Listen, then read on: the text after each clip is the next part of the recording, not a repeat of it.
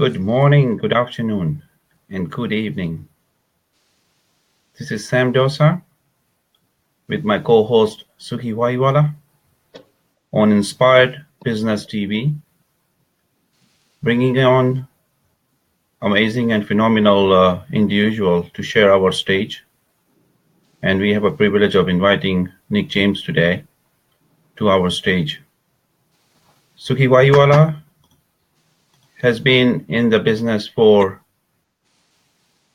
amazing years, and he's a proud father of four, son, brother to his siblings. As a renowned personality in his hometown, he was schooled in business by his parents, and he became millionaire by the age of 21. He's very humble, very down-to-earth individual who look good in other people's life. He has a mission to enlighten 1 million souls with his knowledge, with his wisdom, and with his success to help a lot of people. He has been doing a lot of workshops and doing a lot of speeches to help a lot of people. He's a TEDx speaker as well. So off to you, Suki. Hey, good afternoon, good morning, and evening in some cases to everybody here who are joining us today on the Inspired Business TV. Nick is a very good friend of mine. We're going to be covering. Thank you very much, Sam, for giving me a quick introduction there. Just so that everybody can understand very clearly what we're going to be doing today, it's something different. We have an amazing relationship and an amazing individual whose name is Nick James, who is basically what we call the go-to bums on seat type person. And he's been in multiple businesses over his years. Just to give you a very quick informal sort of introduction to him, basically he's somebody who's refined the art of actually filling rooms, and more beyond that, he's actually sitting there with creating a brand spanking new attractive brand called Expert Empires, which basically I'm going to hand over to Nick a second and say a quick hi. How you doing? Hi. Well, thanks for having me. Hello, inspired people. Wonderful to be here with you all.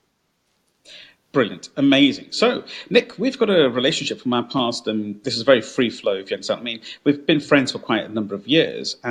Sure. Firstly, I want to thank you personally for being online with us today. I just want to share with our viewers today something specific. I want to share how failure, excitement, and achievement are all actually a part of the same. So if it's okay with yourself, because we've not rehearsed this in any way, I would like to probably touch on a few things over the period of the interview today to show, A, your successes, but also some of your failures in the past. That's okay, right? Yes, I'm sure there are a lot more failures than there have been successes, so that'll form the bulk of the interview, I think. Brilliant. So that's kind of where both Sam and myself come from. An amazing combos. Okay, so I'm going to kick it off a little bit here. So what we do is we don't particularly have a key structure, but we'd like to talk about the past as a child once upon a time, if that's okay. So if I can take you back, Nick, to pre all of the current business and financial success that you've achieved, and speaking wise across the globe, sharing stages with some of the best, Alan Sugar, Vaynerchuk and Gary Vaynerchuk and a number of others as well. I mean, you're just absolutely, if I could read out the list, it'll be quite extensive. I'm kind of humbled that you're a good friend and a personal friend of mine that we can still connect and pick the phone up with. So going back in time a little bit towards when you were a child, what I'd like us to share and probe a little bit was, what sort of person were you? I mean, were you the quiet, shy, or were you the overt, excitable child? Yeah, I think it's probably fair to say, have you ever seen the TV show The In-Betweeners? Yes. Yes. Yeah. Now, by the way, if there's any kids watching, I'm not recommending it because it's some of the language and that is a little bit choice. Imagine The In-Betweeners, that was me. So I was like, I wouldn't say supremely confident and popular, but also not like, like sitting at home in my room with no mates. I was kind of an in-betweener, I guess. And, I count myself extremely lucky that I was in the kind of world of personal development from a very young age. In fact, my first experience of it was at 12 years of age. I was at in Hawaii, at a Tony Robbins seminar. So you might wonder, what was a 12-year-old doing in 12. Hawaii at a Tony So hang on, seminar? at Yeah, 12. Let's just get this clear. At 12 years old, yeah. team, everybody here, the Inspired Tribe, you want to listen to this. At 12 years old, that's starting early. Well, and I was incredibly lucky because my mum was and still is, I guess, technically a trainer for Tony's organisation, and so she was travelling all over the world, going to these seminars and stuff. And we're from Birmingham in the West Midlands, and she kind of said, "Look, I'm going to Hawaii for 2 weeks. Would you like to come with me, or Wow. would you like to stay with your nan in Birmingham?" Love my nan to bits. Still go and visit her regularly. She's 91. But Bless 2 her. weeks in Hawaii versus 2 weeks with my nan in Birmingham and going to school every day, there wasn't much of a contest. So off I went, and it was really my first exposure to an alternative way of living, of thinking, of behaving. And I think that had a really big impact on me, and it definitely increased my confidence as a young man. Of course, when you're in your teenage years, you're kind of just trying to work out who you are and what you want your life to be about. And that journey for me was supplemented with traveling all over the world, attending Tony Robbins seminars, and also volunteering on lots of Tony seminars as well in my Got late it. teens and early 20s. So I think that was a really good foundation. That was a really good grounding for me. And got me into this business, really, because from a very young age I went, like, this is the kind of environment that I want to spend more time in. The people I'm surrounding myself with are positive. Some are already very successful, they're ambitious. I'm like, I want to spend time around more people like that. So I knew I Yeah. wanted to go into the kind of personal development world, events business. Didn't really know how at that age, how that was going to happen, or what form that would take. But that was really the grounding, I think, for me. And it definitely evolved me and evolved a lot of my personal skills being around that environment so much. Well, that's amazing. So, just to understand something very clearly, your mum was a trainer. She was with the Tony Robbins Foundation. She was a key trainer. You had the chance at the age of 12 to go and be in Hawaii and be kind of like, you could say, engaged or induced in context, immersed in an environment which is going to be pinging all those vibrative forces inside your mind and your IQ. But those sort of emotions are not necessarily open to a lot of people. So it's an amazing success at such a young age. So a question I can ask you a little bit further about, how do you feel? Because we did touch on the fact that you're a bit of a shyer, quieter sort of person. It obviously made a big effect on your Yeah, inner what confidence, was as you just suggested. yeah, definitely was then. I'd say as I've like most people, I think as I've grown up and stuff, I've come out my shell a lot more, and probably overly so in the last probably 10 years. While I've been in business, but I think I think it helped me to realise, like, I think a lot of time, especially when we're younger, like, we repress who we really are, Got it. because we just want to fit in. And I think what that experience through my teenage years allowed me to do is it actually allowed me to learn who I really was, and not only going through the Tony Robbins kind of seminar, school of seminars, if you like, but also spending time around people. My first kind of real experience of living in it every day was working for a gentleman who I'm sure you both know, called Andy Harrington. Andy's still, great friends to this day. See him regularly, hang out with him regularly, and do business with him. And Andy was just setting up his seminar company, and he offered me a job.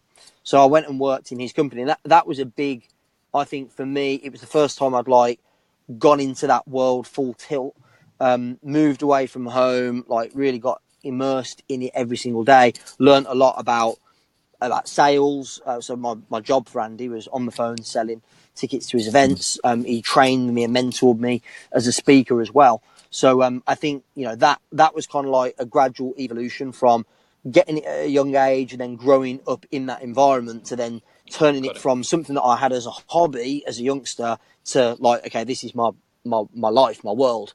My job, my income came from that world. So I think that was the gradual evolution, really. What an amazing schooling, and I can hear very, very strongly that you endorse mentoring, as you said, with Andy Harrington actually giving you a private mentoring session. I think that's really, really powerful for all the listeners to listen to, that to find somebody that really attracts to them, if in there, and understands them properly to unlock their potential.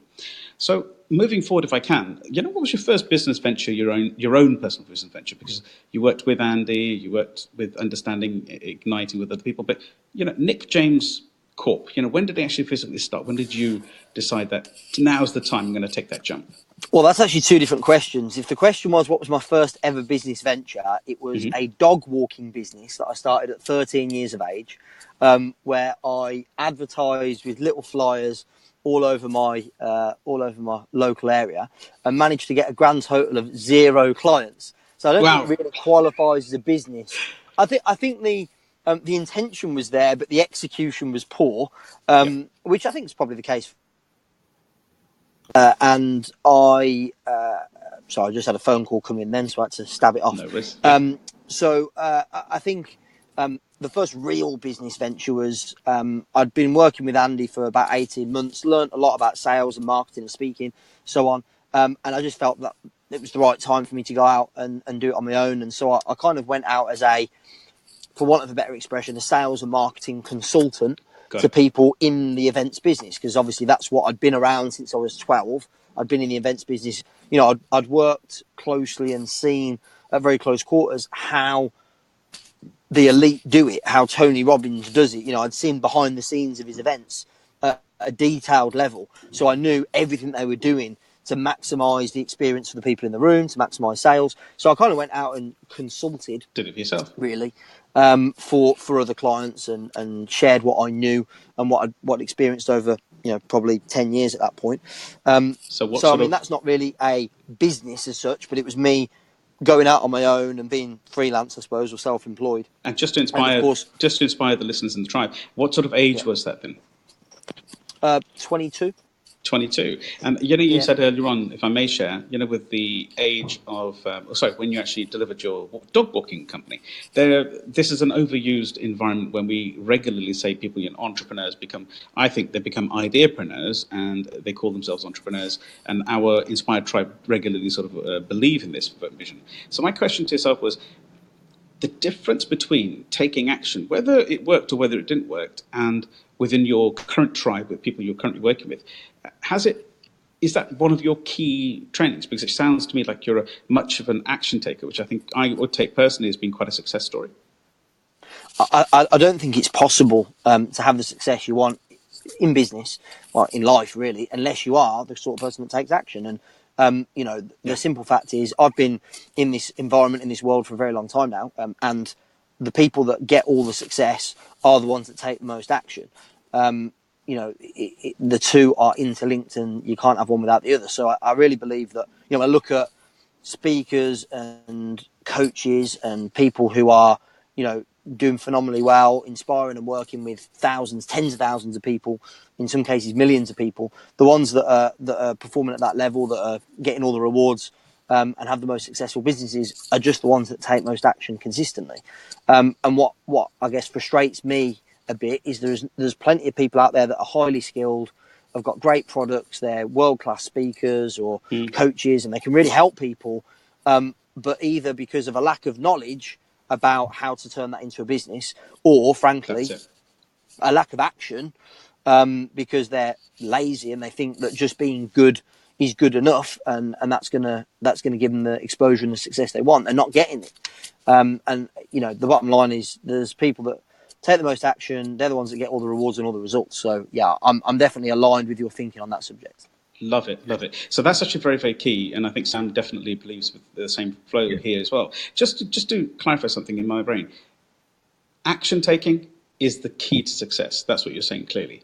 Getting the ideas 100%. Down on pen and paper is one thing, but action is another one. So in your context, well, the thing is, ideas are 10 a penny. Like, I'm not being funny. There's so many different like ideas. Anyone who's got any kind of entrepreneurial spirit has got 1,000,001 ideas. In fact, what most people need is they need less ideas. They need to get focused on just one or two, one thing really, and go all in on that. And then the action taking becomes easier. But a lot of people don't take the action because they're overwhelmed with, well, they see the latest fad being advertised by the guru, or they go, oh, here's an opportunity that's presented itself. It takes their focus off their core business somewhere else. And that's where they're struggling. It's overwhelm and too many ideas. In actual fact, I think actually, separating everything out and going, right, I'm just going to focus on this one idea and go all in on it and take action on it probably would give more people more results. I love it. So now here's the context. I mean, we usually talk about skills. What are the best skills that you can take forward in the business? But you're really resonating with our Inspired Tribe. They always listen to the same context, and we're really proud to have you on this show, the interview itself, the segment. But I'm going to share some guys. Would you suggest that? Well, okay, if I pace it around so everybody can understand this listening, what are if I was to say maybe the top 1, 2, or 3 best skills within a business, what would you say were yours or that they should hone? Well, I think it depends what level of business you're at right now. So I strongly believe that when you're in the early stages, let's say start up to, getting your first few customers and starting to get some sales in, the number one skill that's going to get you to the point where your business is doing, I mean, I look at businesses in kind of 3 stages. I go, you're either a startup, or early stages, you're doing 6 figures in annual sales, you're doing 7 figures in annual sales. Those are the 3 that I kind of focus on. And then obviously beyond that, you're talking big businesses that are doing 8 figures plus. But for us small business owners and entrepreneurs, it's really like startup and early stages, 6-figure business, 7-figure business. If you're a startup or early stage, you absolutely 100% have to focus on sales and marketing. That's it. So sales and marketing. Mastering the skill of writing copy, like email campaigns, sales letters, ads on Facebook, like getting the words, the messaging right so that people resonate with it. That's thing number 1, to attract some interest. And then thing number 2 is actually then learning how to convert that interest into a paying customer. I think those are the only 2 things you need to get to 6 figures. Assuming a good product, of course. A good product is, you're not going to go anywhere without that, a good product or service. But once you got that, sales and marketing is the only thing you need to get to 6 figures. And what I've always noticed with yourself, Nick, is you've always been very what we classify as integrity-driven. So I love that flow. Now, in context of that, now from your past, you've definitely mastered what we call the copyright experience yourself with skills. Is there something that our viewers could maybe just take a little bit from you? I know I'm prying into your past and your understanding, but this is what we're on this show for. We want to share something of great value from our journey with the viewers, if it's possible. The listeners today, if they could take maybe a good tip for them to turn around and just think of some kind of copyright process that could help them with an email campaign, is there any kind of framework you could share? Yeah, I think probably the best thing I could share, because it's not about the tactical delivery of email or Facebook or however you marketing, advertising your business, like, industry magazines, things like that. It's not about that. It's about what's the message.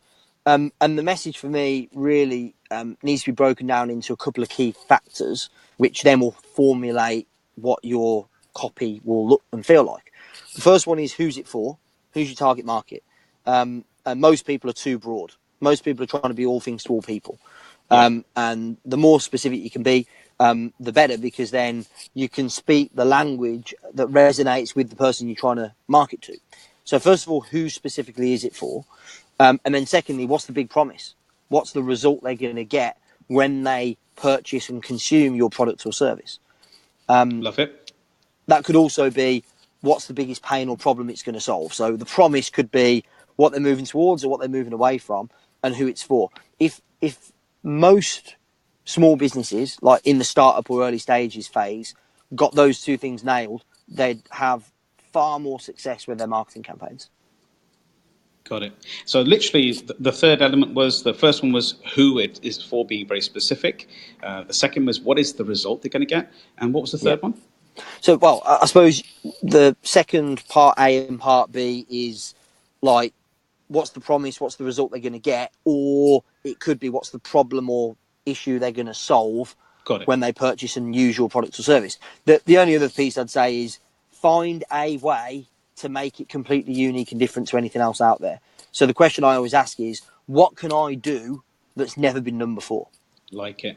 So, in a crowded marketplace where there's lots of other people vying for the same business, you have to find a way. Obviously, traditionally this is known as like a USP, but this is my formula for creating one: is audience, who's it for, result they want to get or promise you're going to make, and finally, what can you do that's never been done before that makes you completely different. And obviously, depending on what industry you're in, how you might go about doing that is a That matter for is you to that is consider. that is gold, if not gold, then diamond. Basically, that's the information I think that's so powerful. And obviously, with this, whenever I've read your script and copy, it's been very jovial as well, and it's really as though it's coming from you personally. So people get to really rapport with you. Well, that's exactly how it should be. When you're creating any kind of marketing material or advertising campaign or writing copy, or doing videos or another form, it's still the same thing. It's just speaking to camera rather than writing it out on your computer or whatever. I think it has to be you. Like, it has to be written in your voice, and not trying to be something you're not. Got it. And do you believe that, because we were talking about it, I think, once upon a time, about, when people become, when they're on video, should it be super scripted, or should it be a framework but a little bit free flow? I mean, what do you get the best results with? I think you've got to. It's a specific question about one tactical thing, and I think on a broader scale, I'd say the secret with for most businesses is to go all in on the things that you're world class at. So if you're world class on video, go all in using video. If you're world class using the written word, go all in using writing copy. If you're world class at speaking on stage, get yourself out and speak on stage. There's too many people that are trying to do things that they're not world class at, and it's killing them. And I think if you Wow. can if you can focus on where you're best. So to answer your question directly, I know that wasn't the answer. But Scripted, very valuable. non-scripted, it depends what you're comfortable with.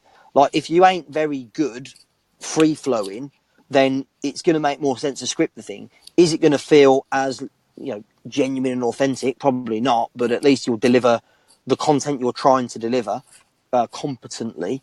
But I think my personal opinion is more free flowing probably works better if that's something you can pull off. But not everyone can. So I think you've got to work out and be self-aware enough to realise what you're great at and what you're not great at, and go all in on things you're world class at. Well, thank you, Nick. I'm not sure whether the viewers or the audience are actually realising how powerful a nugget that particular is, because that's, in our opinion, both myself and Nick and Sam would agree that that's what we call make or break when it comes to business. So anybody who's just tuning in to the Inspired Business TV, thank you for joining us. It's been an absolute pleasure to have you on here. We are in for a treat. We have one of the world-class, most leading, influential individuals called Nick James. He is the current creator of Expert Empires, and we're going to talk a little bit about that in a moment. But if you ever get to watch this on a replay, you've got to rewind back and listen to the last 10 minutes on copyright. It's so powerful. We've got lots of people posting down what I'm saying, wicked point, amazing point, really, really powerful. Thank you, Nick, for being so open and honest with us. Very, very powerful information. So I'm going to go a little bit further into what we touched on before. How do you, Nick, because with being in business, we touched on it a moment ago when you started your dog walking business. Success is not the only way forward, right? So if there's a failure, how would you share with our tribe, our Inspired Tribe today, how would you share that they actually have some kind of process or some kind of way of overlooking and not sitting, getting stuck behind procrastination and fear again? How have you managed it yourself in such a successful position yourself? Yeah, I mean, as I said right at the beginning, I think you learn a lot more from your failures than the successes. Anyone who's had any degree of success, on guarantee, has had more failures than successes as well. And it's kind of what you do with them that counts. And I think, first and foremost, any failure, no matter how big or small, you've always got to ask yourself a great question like, what can I learn from this? So that's always, for me, it's quite easy to place blame outside for any failure or screw up or something that didn't go your way. But bottom line is, you are 100%, only you, 100% responsible and accountable for the success or failure of your business. So once you get that, I mean, that's just, people could argue against that. I just don't think any other belief's helpful. because you can't control what other people do. You can only control your own behaviours and your own actions. So I just feel that it makes sense whenever you have a failure or a screw up or something go against you to ask yourself, what can I learn from this? Where is the learning here, so I can make sure that doesn't happen again? And I think the other piece around, because you will get knockbacks and things that don't go your way, I think it's having goals that are big enough and exciting enough that any failures that happen or problems that occur on the way feel insignificant by comparison, because you're so driven and focused on the end result, on the goal.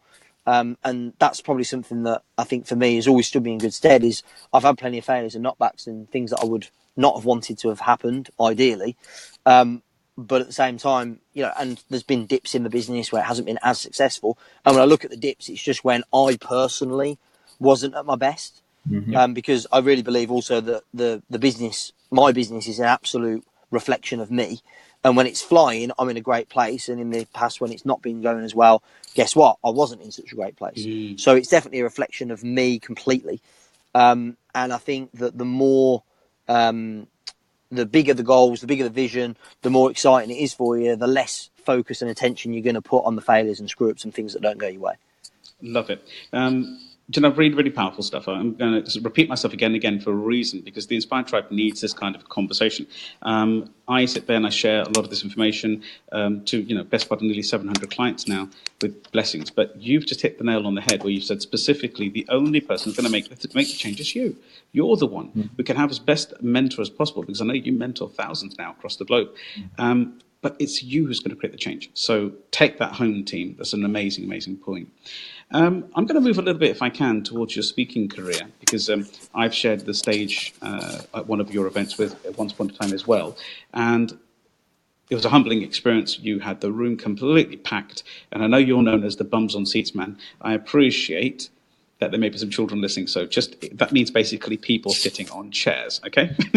So you've been filling out rooms for, best part of a decade. Are there any loving sort of really key tips, maybe just a one or two take home? I mean, this interview is becoming so powerful. Thank you, Nick, for being open and honest. And I could say in one context, kind of sharing the stuff that you charge thousands of pounds to share.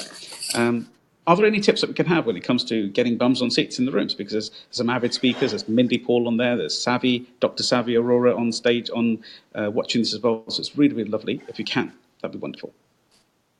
Yeah, of course. I mean, I think, by the way, just because we've already touched on some failures and things that didn't go quite right, I should share, because it's highly relevant to this. My first ever speaking gig, I was 22, I think, maybe 23, working for Andy Harrington, and he gave me an opportunity which I was extremely grateful for. So, bear in mind, young, skinny, spotty kid jumps up on stage to deliver this seminar, a free seminar, so people that, don't know me at all. And I'm like literally 2 or 3 minutes in, and like some guy stands up and heckles me. It was a disaster. And this is the reason I'm sharing this, is because you're saying, how have you managed to, because that could have killed me. That could have ended my career as a speaker before it even started. But the fact is, first of all, I had a great mentor, somebody that believed in me and, put his arm around me and said, look, what can you learn from this, and how can you improve, and what would you do differently next time, and asked me some great questions. And of course, the vision of doing my own events business and being a world-renowned speaker, and that was far bigger than the small knockback that I just had. So it happened. Ironically, this is bizarre. Mm-hmm. If there was ever an event that you wouldn't want it to happen in, it would be a first, right? Absolutely, 100%. That's the only time it's ever happened. Wow. Because that's the juncture point. That shows your character of how powerful and strong you are, because that's the juncture point. And as you said, you've got an amazing mentor that just kind of put your arm around you and said, come on, mate, let's get on with it. Please carry on. Sorry. Yeah. Well, and I've been speaking 13 years and it's never happened since. So, my belief, for what it's worth, is I needed that experience. Without that experience, maybe I'd have got a bit cocky, a bit sure of myself, and not invested as much time and energy and effort and money in developing myself and getting great training and practicing. And, I think because I had that experience, it actually made me a far, far better speaker. than I otherwise would have been if, it had all gone okay. So I look you've just back at some said, video footage, yeah, of me in the early days, and I mean, it's cringe. It's so cringeworthy. But and if I look back on footage of me speaking now in 10 years, I guarantee I'll probably cringe at that. yeah. Because Here's the beautiful point. It doesn't make a difference how good, and you are truly a world class speaker. There's no doubt there, Nick.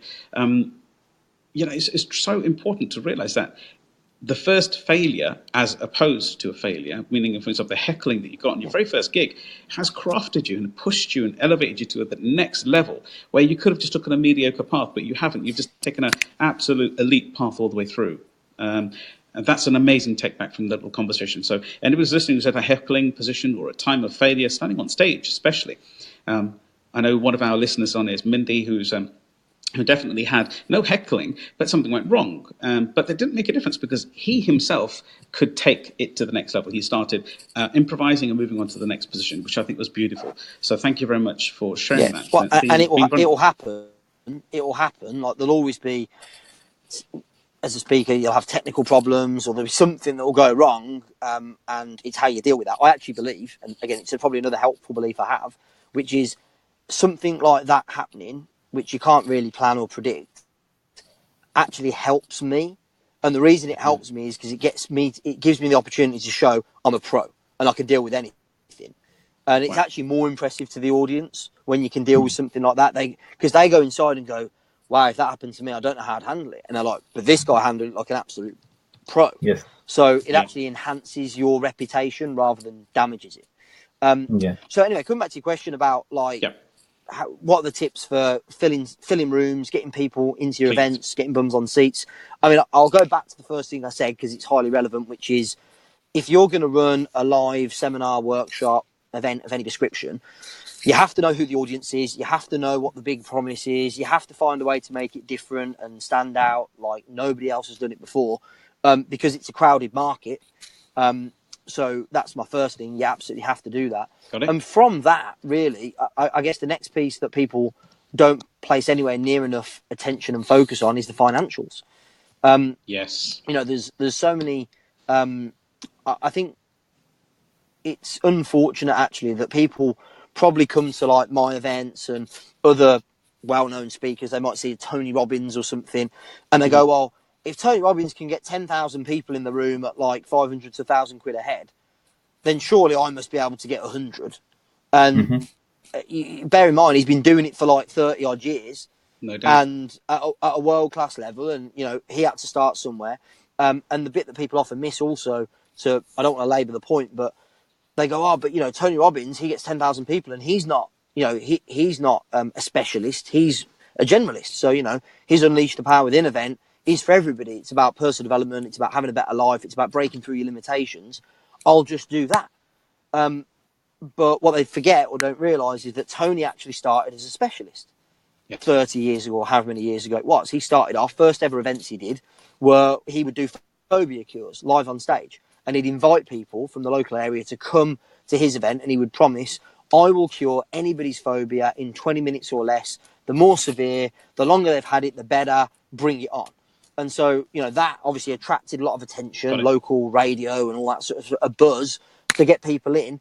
And so he built a reputation doing that and then broadened out in the same way that my first ever event, I took all the skills that I'd learned from, working for Andy and from consulting and advising clients on a one-on-one basis.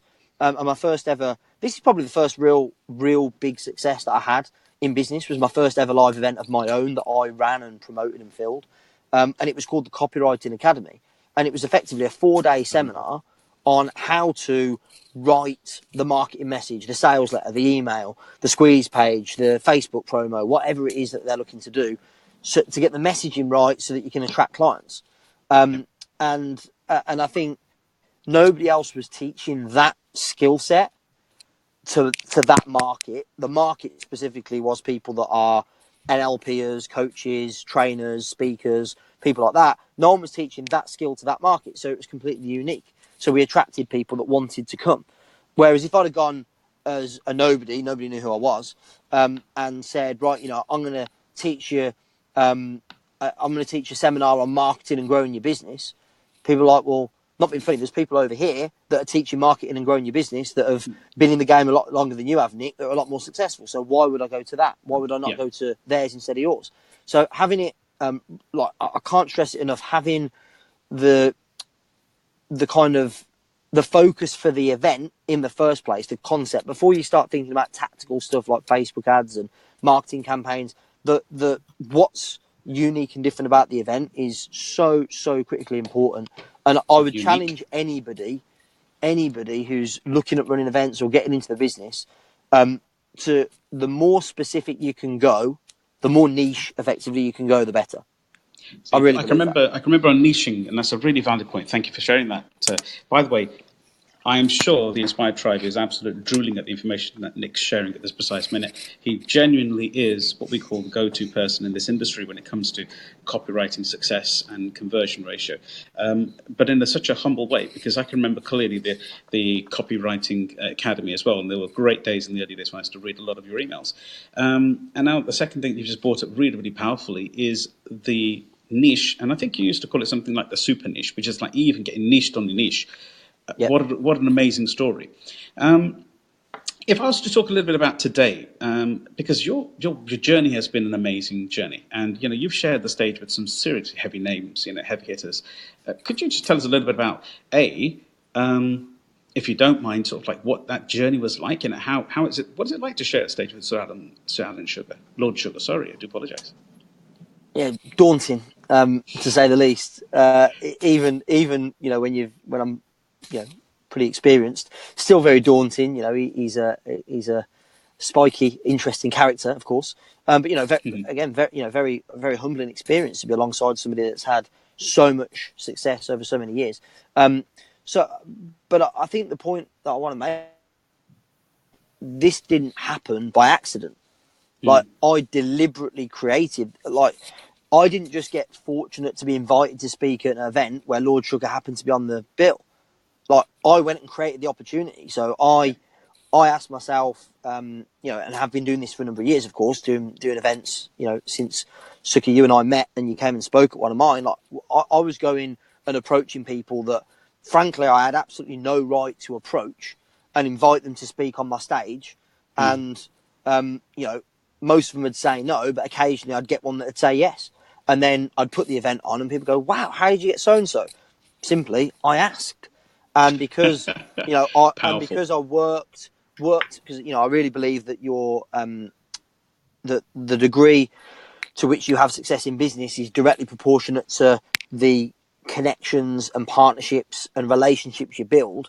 Most of the celebrities get to speak on stage at my events have come from my other relationships that I've built and I've invested in, some of which, I mean, literally I can map back certain speakers that are on my stage now to being at Tony Robbins seminars at 12 years of age. I can map it back that far. That if I Wow. hadn't been in that environment at 12, I wouldn't have met that person. And if I hadn't met that person, they wouldn't have introduced me to that person. And that person wouldn't have given me the in with that speaker. And that speaker would never have agreed to speak at my event. Like, I can map it back that far. So I genuinely believe that whilst, writing copy and being good at marketing and being good at speaking, all these skills are valuable, of course. And, I really think you should invest time and effort and money in mastering them. I also think that there is absolutely no substitute for spending time and energy building relationships with the right people. Amazing. So now I'm just going to outline a few points there. The power you've spoken about is actually being courageous and actually creating your own opportunities. Again, harking back to the first point that you said a moment ago there, Nick, and for our Inspired Tribe to listen to, you take responsibility of yourself, and that's the beautiful part of it all. Now I've got Mindy Paul on our downline saying he spent 3 days with you at your boot camp, and it was mind-blowing, he's saying. So hi, Mindy. Thanks. Yeah, and so now I want to talk a little bit, if I may, if I can go further forward into what you're kind of doing today. You're running Expert Empires, and I believe you've got a boot camp series and some stuff, some trainings to go. Is it okay if we can talk a little bit about that, Nick, if you don't mind? Yeah, of course. So yeah, no problem. in context of that, so what do you want to know? Who is it for? Let's just put it into context, because I'm very much a person that we want to get out of this shelf help type scenario where people just become event junkies. To me and to you and to Sam and all the people listening out there, please take this message. Do not become event junkies. Go specifically and follow your heart, but also practical benefits. So who is it specifically for? One of your events, for example, Nick, the current one, which is Expert Empires, who's it for? Yeah, I mean, obviously I've banged on for the last 45 minutes about having very clear definition on who the audience is. So it'd be ridiculous if I didn't have a good answer for that question. So my audience is very clearly defined.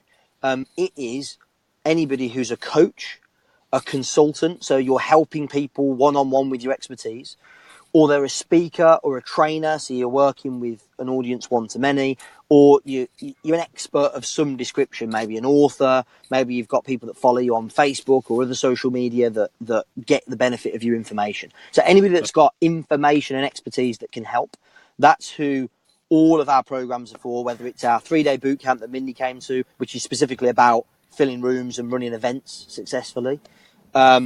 Expert Empires is much broader, so it's about all the different elements of an expert business. So using social media, running events, selling coaching programs, having group coaching and mastermind, like all the different parts of running a successful expert business is what we cover at Expert Empires, and we have lots of guest speakers that come in to share that message. So it's specifically for that group and nobody else. So like, you know, if you've got information, expertise that you have that you know can help lots of people, you want to get it out to more people, or you want to refine this, to grow that business, that's who it's for.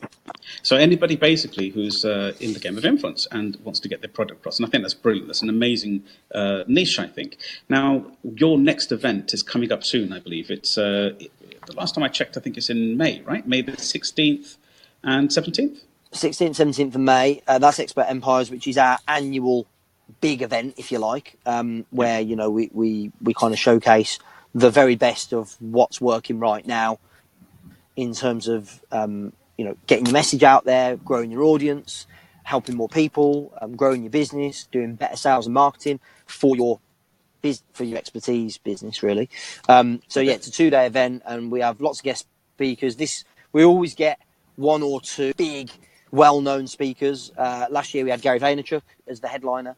I remember. This year we have Grant Cardone, who has never spoken in the UK before. So I'm really, really excited and honoured that he's coming over to the UK to speak at our event. We've also got a guy called Ryan Dice, who is probably less well-known, but actually hugely successful with his digital marketing business. You know, so he's coming over to talk about what the current trends are in terms of digital marketing and how you can use those to grow your business as well. Wonderful. So that's a massive, massive, massive lineup. I'm telling you, both all the names of Gary V through to Brendan, and you've worked before in the past, and also Ryan Dice. Wow, what a lineup. So just a question to yourself, we're going to be sharing a link at the bottom of this for the Inspired Tribe to go through, so they can actually book their ticket directly there for the May the 16th and 17th. Remember that. And which city is that going to be in, please, if you don't mind? So in London, central London, we're at the ILEC Conference Centre, which is just near Earl's Court. Amazing. Okay, so the link we're going to share in our downline just in a moment. I'll probably add it into the actual listing on this inspiredbusiness.tv channel. So, Nick, as a sort of like an amazing end result, that for the end of today, we've had some amazing focus on copyright, how to push yourself through challenges, how to invite the right customer into your room, how to be focused and razor sharp on your marketing and sales. And obviously an amazing point made where you're talking specifically about taking action, not just about thinking of ideas, because as you said, they're, you know, 10 a penny or even 1,000 a penny these days. So in context with a kind of a leaving conversation for everybody here, it's rather a deep question, but I'm afraid this is what the Inspired Tribe's about, if it's okay. Can I ask you a very personal question? I mean, if I was to say to yourself that at the end of the day, we're all working not necessarily for money all the time. We've got a bigger mission. What is your legacy? What do you want to be remembered for? It's a big, deep one, I know, but it'll really help our tribe to get ourselves, because our mission and vision is our start point. So, at the end of the day, we're all working, could you just share, not necessarily for money all the time, we've got a bigger legacy you're going to leave on this planet? Because we're all very basic. We're actually I want to inspire a million people on this planet with certain elements that I'm trying to share, hence why we do these interviews. But for yourself, what is it? What is it for you? Well, I think, the reason I do what I do now is because I do think there are a huge number of people out there who have got talents, gifts, expertise, information that can really make a difference to a lot of people, whether that's through helping them become healthier and fitter, whether it's helping them to overcome challenges in their relationship and their family, whether it's helping them to build a business and become wealthy through investing, or there's loads of expertise, and I don't have most of it. But what I do have is the expertise of, here's how you can get that message out to more people and help more people. So for me, the bit that excites me is I go, if somebody can come to my boot camp, like a Mindy or somebody like that, and they can learn from me how they can get their message out to more people, Mindy can then go out as a result of what I shared with Mindy and help thousands of people. And so I directly help those thousands of people, but I've indirectly made a big difference because Mindy's information and expertise is world class. And so therefore, the people that he's now able to get in front of are going to get the same, are going to get a lot of value. And so I guess for me, where the legacy is to be the guy who really championed the expert industry. I've been around it since I was 12. Tony Robbins changed my life and changed my mum's life. So, for me, I've been fortunate, but also mastered the business growth, sales and marketing part of running an expert business, I feel. And so helping people with that bit, because there's so many who are talented and have got phenomenal value to offer, but they're just not very good at the business bit. So teaching them how to do that so that A, they can help more people, and B, then they can get the rewards they deserve and have the lifestyle they want. That for me is the bit that excites me. And of course, alongside all of that, for me in the next 10, 20, 30 years, however long I'm fortunate to be enough to be on this planet and in this world for, God bless you. Thank you. However long that's for, I'd like to think that over that period of time, there's indirectly millions of people that can be helped as a result of what I'm sharing, and they can get value that I can't give.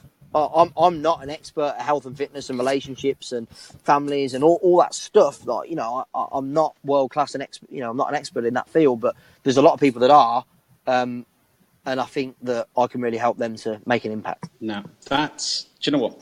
The collective, the humility that you've just shared there, Nick, has just been wonderful. I'm sure my whole tribe that we're following, the Inspired tribe that's following this right now, are absolutely blown away by your humility, the expertise that you share, and hence why you call it your expert tribe as well.